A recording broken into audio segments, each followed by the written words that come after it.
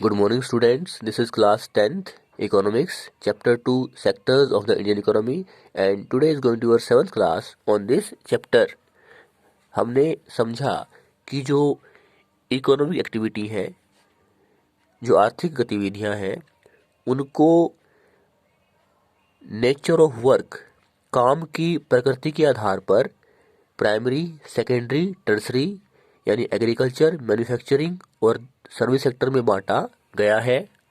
लेकिन किस तरह का काम दिया गया है, किस तरह की एम्प्लॉयमेंट दी गई है और रूल्स रेगुलेशन माने गए हैं या नहीं, और जो कार्य क्षेत्र है वो किस तरह का है, साफ है, स्वच्छ है या किसी भी तरह का है, उसके आधार पर जो इकोनॉमिक एक्टिविटीज़ हैं, जो आर्थिक गतिविधियां हैं, उनको ऑर्गेनाइज्ड और अनऑर्गेनाइज्ड यानी संगठित और असंगठित में भी बांटा गया है।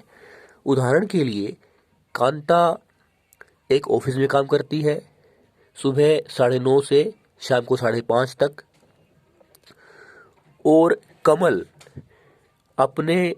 जो कांता का पड़ोसी है, वो पास की एक ग्रोसरी शॉप में, फल और सब्जियों की शॉप में एक डेली वेज अर्नर या लेबरर के रूप में काम करता है। वो सुबह 8 बजे जाता है और शाम को सुबह 7:30 बजे जाता है और शाम को 8 बजे वो घर पहुंचता है।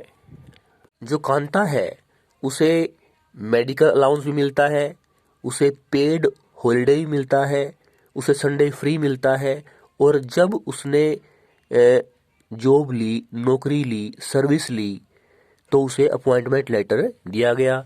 जबकि जो कमल है उसे कोई पेड हॉलिडे नहीं मिलता, उसे कोई अलाउंस, मेडिकल अलाउंस जैसा कोई भत्ता नहीं मिलता, और उसे कोई फॉर्मल लेटर या ज्वाइनिंग लेटर नहीं मिलता, और जो उसका मालिक है ग्रोसरी शॉप का, जब चाहे उसे हटा सकता है। इस तरह से जो कांता है वो ऑर्गेनाइज सेक्टर में काम करती है। ऑर्गेनाइज सेक्टर में वो एंटरप्राइज आते हैं जो सरकार से पंजीकृत होते हैं, रजिस्टर्ड होते हैं, सरकार के रूल रेगुलेशन मानते हैं। उदाहरण के लिए factories act, minimum wages act, payment of gratuity act, shops and establishment act etcetera. इसके अलावा ऑर्गेनाइज सेक्टर में लोग अपना खुद का एंटरप्राइज भी शुरू कर सकते हैं, लेकिन उनको सरकार के नियमों के अंतर्गत काम करना होता है। जबकि अनऑर्गेनाइज सेक्टर में ऐसा कुछ नहीं है, वहाँ कोई रोजगार की सुरक्षा नहीं है। अगर 8 घंटे से ज़्यादा काम लिया जाए तो उनको ओवर टाइम भी पेमेंट नहीं दी जाती। इसके अलावा ऑर्गेनाइज सेक्टर में जैसे कांता है, उसे जब वो रिटायर होगी तो उसे ग्रेच्युटी या पीएफ दिया जाएगा। यहाँ पे हम समझें कि जो ग्रेच्युटी होती है वो अमाउंट होता है जो एक व्यक्ति की पूरी जो नौकरी है, ज्वाइनिंग से रिटायरमेंट तक, उस दौरान जो एम्प्लॉयर है वो कुछ पैसे जमा करता है, और कुछ पैसे जो एम्प्लॉई है उसकी सैलरी से भी जमा होते हैं, और जब वो एम्प्लॉई रिटायर होता है तो वो दोनों का मिला अमाउंट उसे दिया जाता है। जबकि पीएफ में क्या होता है, पीएफ में केवल एम्प्लॉई की सैलरी का कुछ भाग जमा होता है और पेंशन और रिटायरमेंट के वक्त उसे एम्प्लॉयर के द्वारा दिया जाता है। इसके अलावा ऑर्गेनाइज सेक्टर में जब हम वर्किंग कंडीशन की बात करते हैं, वहाँ पर जो फैक्ट्री मैनेजर है वो अपने एम्प्लॉयज़ को साफ पीने का पानी, साफ कार्यक्षेत्र देता है। जबकि अनऑर्गेनाइज सेक्टर में, असंगठित क्षेत्र में, कमल वाले क्षेत्र में ऐसा कुछ नहीं है। उदाहरण के लिए जो किसान है वो अपने खेत में मजदूरों को किराए पर रखता है, वो अनऑर्गेनाइज सेक्टर में, असंगठित क्षेत्र का उदाहरण है। इस तरह से ऑर्गेनाइज सेक्टर में, संगठित क्षेत्र में, कांता वाले क्षेत्र में जो जॉब है उसकी सिक्योरिटी है, जो इनकम है वो रेगुलर है और कोई एक्सप्लॉयटेशन नहीं, रूल्स रेगुलेशन है, सेफ वर्किंग इन्वायरमेंट है, तो लोग ऑर्गेनाइज सेक्टर की ओर जाना चाहते हैं। इसमें कोई हैरानी नहीं है। लेकिन ऑर्गेनाइज सेक्टर में भी कुछ लोग हैं जो टैक्स नहीं देते और रूल रेगुलेशन को नहीं मानते। लेकिन ऑर्गेनाइज सेक्टर इतनी तेजी से नहीं बढ़ रहा, फैल रहा जितनी इसकी मांग है।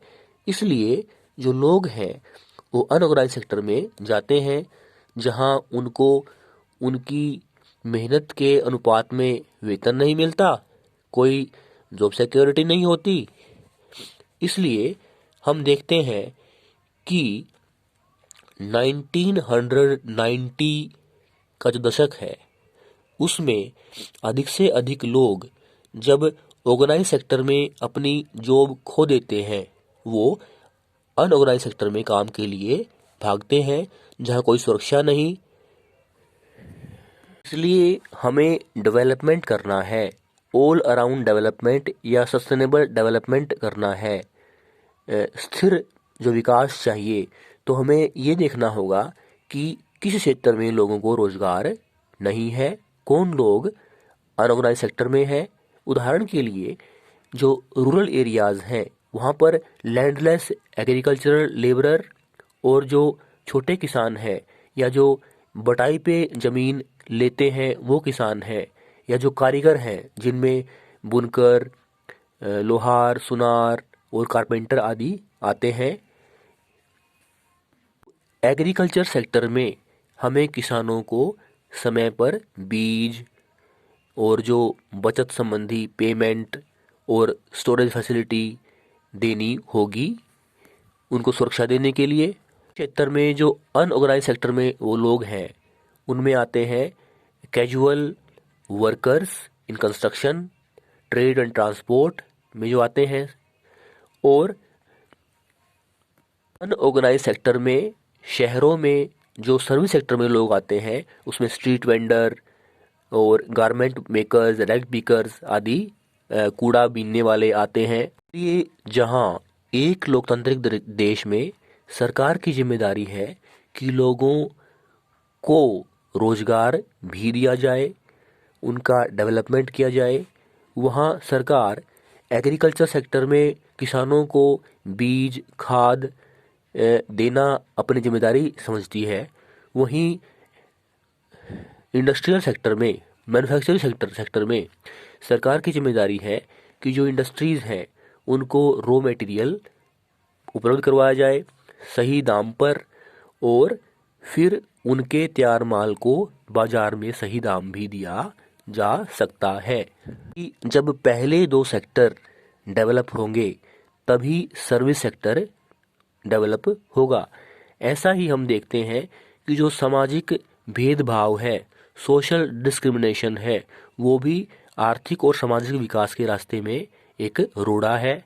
उदाहरण के लिए कुछ लोग जो शेड्यूल्ड कास्ट, शेड्यूल्ड ट्राइब या बैकवर्ड क्लासेस के लोग हैं, उन्हें भी सुरक्षा प्रदान की जाए एम्प्लॉयमेंट के माध्यम से और सोशल जस्टिस के माध्यम से सरकार द्वारा। इस क्लास में हम ओनरशिप के बेसिस पे जो इकोनॉमिक एक्टिविटीज़ हैं उनको समझेंगे। थैंक्स।